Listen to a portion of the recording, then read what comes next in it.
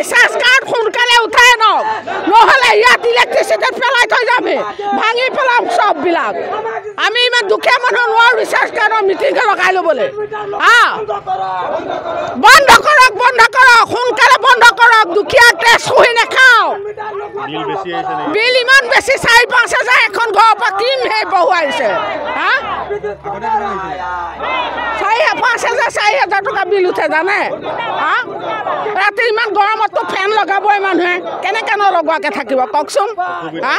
বহুত অসুবিধা হৈছে আমাক এই মিটাৰ আঁতৰাই নমাই পেলাই আগৰটো দিয়ক যদি নিদিয়ে আমি আন্ধাৰতে থাকিম আমাক নালাগে বনাই দিয়ক গুচাই দিয়ক আৰু দুখীয়া দৰিদ্ৰ শ্ৰেণীৰ মানুহৰ বহুত কষ্ট হৈছে সোনকালে আমাক আগৰ মিটাৰটো আনি লগাই দিয়ক আৰু স্মাৰ্ট মিটাৰ আঁতৰাই দিয়ক বহুত অসুবিধা হৈছে বহুত বিল উঠে সেই বিল আমি দিবলৈ সক্ষম হোৱা নাই আৰু দুখীয়া শ্ৰেণীৰ মানুহেতো আৰু সক্ষম হোৱা নাই সেইকাৰণে এই মিটাৰ আঁতৰাই পেলাই আগৰ আমাৰ মিটাৰটো লগাই দিয়ক লাগিলে আমি নিদিয়ে যদি আন্ধাৰতে থাকিম তথাপিও আমাক স্মাৰ্ট মিটাৰ দিব নালাগে আমি অসম চৰকাৰৰ যিটো পৰিকল্পনা বৈদ্যুতিক মিটাৰ যিটো চাহ বাগিচা অঞ্চলসমূহত লগাইছে আমি অতি শীঘ্ৰে বিদ্যুৎ বিভাগক আমি এইটো খতম কৰিবলৈ আমি অসম চাহ জনজাতি ছাত্ৰ সন্থাই কলিয়াবৰ শাখা সমিতি আমি তীব্ৰ প্ৰতিবাদ কৰিছোঁ কোনো কাৰণতে যাতে শ্ৰমিক চাহ বাগিচা অঞ্চলত যাতে স্মাৰ্ট মিটাৰ সংযোগ নকৰে তাৰে আমি আকচাই কলিয়াবৰ শাখাই তীব্ৰ বাহাৰক গৰিহণা দিছোঁ আৰু এই চৰকাৰে যেতিয়াৰ পৰা আহিছে এই হিটলাৰী শাসন চলাই আছে আমাৰ সভাপতি ডাঙৰীয়া ইতিমধ্যে কৈয়ে গ'লে চাহ শ্ৰমিকক যিটো আশা দিছিলে এই হেমন্ত বিশ্ব শৰ্মা চৰকাৰে 350 টকা যিটো দৈনিক হাজিৰা আজি পৰ্যন্ত এই হাজিৰাটো ক'তো পূৰণ নকৰিলে আৰু লগে লগে স্মাৰ্ট মিটাৰ লগোৱাৰ ষড়যন্ত্ৰ কৰিছে স্মাৰ্ট মিটাৰ যদি লগাব আছে চৰকাৰী কাৰ্যালয়সমূহত পূৰণ লগাওক চৰকাৰী কৰ্মসূচী গৃহত লগাও আগত আমাৰ এই দুখীয়া খাটি থকা শ্ৰমিকসকলৰ ঘৰত যাতে কোনো কাৰণতে যাতে স্মাৰ্ট মিটাৰ নলগায় আমি আকচাই অসম জনজাতি ছাত্ৰ সন্থা কলিয়াবৰ শাখাৰ সমিতিয়ে তীব্ৰ প্ৰতিবাদ জনাইছোঁ অন্যথাই ইয়াতকৈ ভয়াৱহ জংগী আন্দোলন কৰিবলৈ আমাৰ আকচা কলিয়াবৰ শাখা সমিতি বাধ্য থাকিব আকচা জিন্দাবাদ জিন্দাবাদ জিন্দাবাদ আকচা লং লিভ আকচা জিন্দাবাদ জিন্দাবাদ জিন্দাবাদ আজি অসম ছাত্ৰ সন্থা কলিয়াবৰ শাখাৰ উদ্যোগত আমি এই কলিয়াবৰ ইলেক্ট্ৰিচিটি অফিচৰ সন্মুখত সমূহ ৰাজ্যৰ সহযোগত আজি আমি প্ৰতিবাদী কাৰ্যসূচী কৰিছোঁ আৰু আমাৰ এটা স্পষ্ট কথা বিজেপি নেতৃত্বাধীন চৰকাৰখনে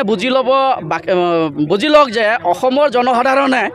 এই স্মাৰ্ট মিটাৰক মানি লোৱা নাই বিভিন্ন জেগাত বিভিন্ন ঠাইত আজি স্মাৰ্ট মিটাৰ ভাঙি দিছে আৰু আমি ভাঙি দিয়া আমি পৰিলক্ষিত হৈছোঁ আৰু আমিও এই কলিয়াবৰ অঞ্চলত আমি স্মাৰ্ট মিটাৰ আমি লগাব নিদিওঁ আমাৰ অসম ছাত্ৰ সন্থাৰ পৰা এটা স্পষ্ট কথা বিশেষকৈ আমি চাহ বাগিচাৰ কথা এটা উল্লেখ কৰিব বিচাৰোঁ চাহ বাগিচাত মানুহখিনিয়ে শ্ৰমিকখিনিয়ে গোটেই মাহটোত কাম কৰি পেলাই 4,000 টকা দৰমহা পায় তাৰে ভিতৰত যদি 2,000 টকা 15,000 টকা 3,000 টকা বিদ্যুৎ বিল দিবলগীয়া হয় তেন্তে এনে ক্ষেত্ৰত এই টকাৰে বাকীখিনি টকাৰে পৰিয়াল পোহপাল দিয়াটো এটা ডাঙৰ সমস্যা হৈ পৰিছে তো মই বিজেপি নেতৃত্বাধীন চৰকাৰ আৰু হিমন্ত বিশ্ব শৰ্মা চৰকাৰক আমি ধিক্কাৰ দিছোঁ আৰু আমি দাবী জনাইছোঁ যে তেখেতে যদি অনাগত দিনত চাহ শ্ৰমিকৰ এই বিদ্যুৎ বিল ফ্ৰী কৰি নিদিয়ে আৰু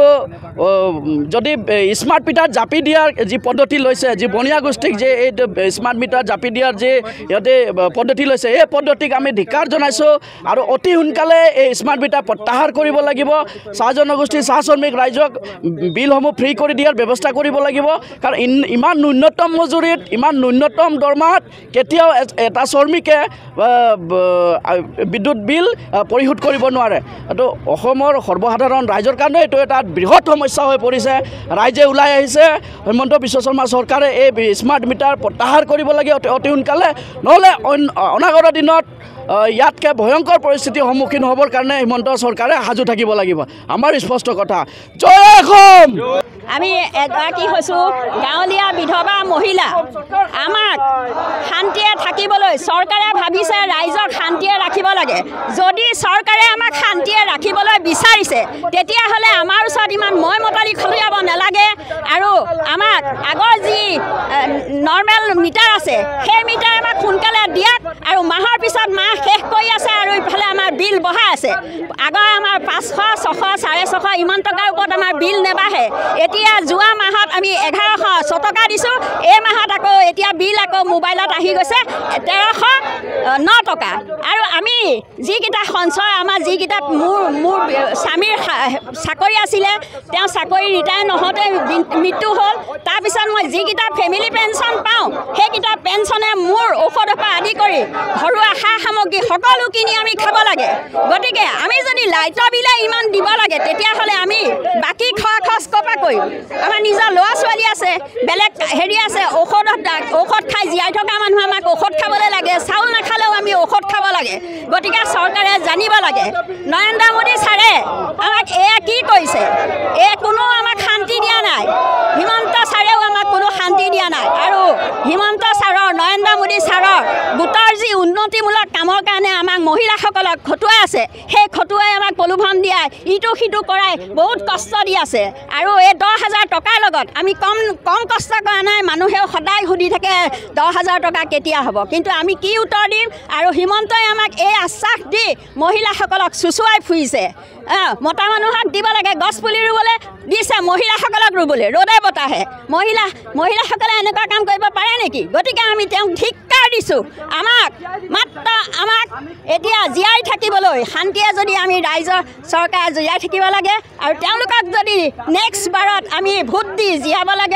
জিকাব লাগে তেতিয়াহ'লে আমাৰ শান্তি কামনা কৰক আৰু পুৰণা মিটাৰ বাদ দিয়ক আৰু নতুন স্মাৰ্ট মিটাৰ আমাক সোনকালে এৰুৱাই দি পুৰণা মিটাৰ ছাত্ৰ সন্থা আঠছা কলিয়াবৰ শাখাৰ সমিতিৰ উদ্যোগত কলিয়াবৰ ইলেক্ট্ৰিক সাব ডিভিজনেল অফিসত আমি 1 ঘণ্টা ধাৰণা কাৰ্যসূচী লৈছোঁ যেহেতু অসম চৰকাৰ আৰু বিদ্যুৎ বিভাগে যি স্মাৰ্ট মিটাৰ চাহ বাগিচা বা গাঁও অঞ্চলত জাপি দিব বিচাৰি আছে তাৰে আমি প্ৰতিবাদ কৰি আছোঁ যেহেতু স্মাৰ্ট মিটাৰ তেওঁলোকে চাহ বাগিচা আৰু গাঁও অঞ্চলবিলাকতে প্ৰথমতে লগাব বিচাৰি আছে আমি এটা কথা চৰকাৰক বা হিমন্ত বিশ্ব শৰ্মাৰ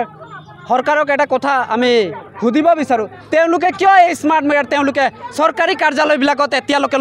লগোৱা নাই তেওঁলোকে প্ৰথমতে চৰকাৰী কাৰ্যালয়বিলাকত এইবিলাক স্মাৰ্ট মিটাৰ লগাওক আমি তেওঁলোকক আহ্বান জনাই আছোঁ তাৰপিছত তেওঁলোকে এটা কথা আমাক চাহ বাগিচা বা গাঁও অঞ্চলত তেওঁলোকে এটা প্ৰতিশ্ৰুতি দিছিলে ইলেকশ্যনৰ আগত যে চাহ শ্ৰমিকৰ দৈনিক মজুৰি 350 টকা ডেইলি হাজিৰা হিচাপে বৃদ্ধি কৰিম চাহ শ্ৰমিকক ভূমি পাট্টা দিম বুলি তেওঁলোকে প্ৰতিশ্ৰুতি দিছিলে চাহ জনগোষ্ঠীৰ লোকক জাতিকৰণৰ যি প্ৰতিশ্ৰুতি দিছিলে ইলেকশ্যনৰ সময়ত আজি ক'ত গ'ল এই প্ৰতিশ্ৰুতি আজি কিয় অসম চৰকাৰে এই প্ৰতিশ্ৰুতিৰ ওপৰত তেওঁলোকে বিধানসভা হওক লোকসভাৰ পাৰ্লামেণ্টে কিয় কথা উত্থাপন নকৰে তেওঁলোকে যেতিয়ালৈকে চাহ শ্ৰমিকৰ দৰমহা বৃদ্ধি নকৰে ভূমি পাট্টা নিদিয়ে বা জনজাতিকৰণ নকৰে তেতিয়ালৈকে তেওঁলোকে চাহ বাগিচা বা গাঁও অঞ্চলত তেওঁলোকে স্মাৰ্ট মিটাৰ লগাব নোৱাৰে এইটো স্পষ্ট কথা তেওঁলোকে যদি স্মাৰ্ট মিটাৰ যদি চাহ বাগিচা বা গাঁও অঞ্চলত লগাব বিচাৰে তেন্তে আমি তীব্ৰ বিৰোধিতা কৰিম আৰু ইয়াক যদি তেওঁলোকে হিটলাৰগিৰিক যদি বা দাদাগিৰি যদি কৰি বিদ্যুৎ বিভাগৰ লগত তেওঁলোকে যদি চাহ বাগিচা বা গাঁও অঞ্চলত যদি স্মাৰ্ট মিটাৰ লগায় তেন্তে আমি তেওঁলোকক গৰু খেদান দিম বুলি আমি অসম চাহ জনজাতি ছাত্ৰ সন্থাই আপোনালোকৰ মিডিয়াৰ জৰিয়তে অসম চৰকাৰক জনাইছোঁ আৰু তেওঁলোকে অকল ইলেকশ্যনৰ সময়তে চাহ জনগোষ্ঠীৰ লোকসকলক প্ৰতিশ্ৰুতি দিয়ে কিন্তু আজিলৈকে তেওঁলোকে এই প্ৰতিশ্ৰুতি পূৰণ কৰিব পৰা নাই তেওঁলোকে নেক্সট 26 চনৰ ইলেকশ্যনত তেওঁলোকে পুনৰ ভোট বিচাৰিব আহিব আমি তেওঁলোকক বাগিচা অঞ্চল বা গাঁও অঞ্চলত কেতিয়াও সোমাব নিদিওঁ এইটো অসম চাহ জনজাতি আঠছা কলিয়াবৰ শাখা সমিতিৰ এইটো প্ৰতিশ্ৰুতি বা সিদ্ধান্ত অসম চাহ জনজাতি ছাত্ৰ সন্থা জিন্দাবাদ